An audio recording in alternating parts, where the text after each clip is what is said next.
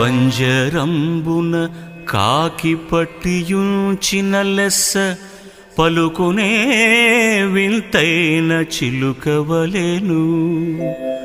గార్ధబంబును తెచ్చి కళ్ళెమింపుగా వేయ తిరుగులే గుర్రంబు తీరుగాను. ఎనుపపోతును మావటీడు శిక్షించిన నడచునే మదవారణంబువలెను. పెద్ద పిట్టకు మేతబెట్టి పెంచిన క్రొవ్వి సాగునే వేటాడు డేగవలెను. కుజనులను తెచ్చి నీ సేవ కొరకు బెట్ట వాంఛతో జేతురే భక్తవరుల వలెను. భూషణ వికాస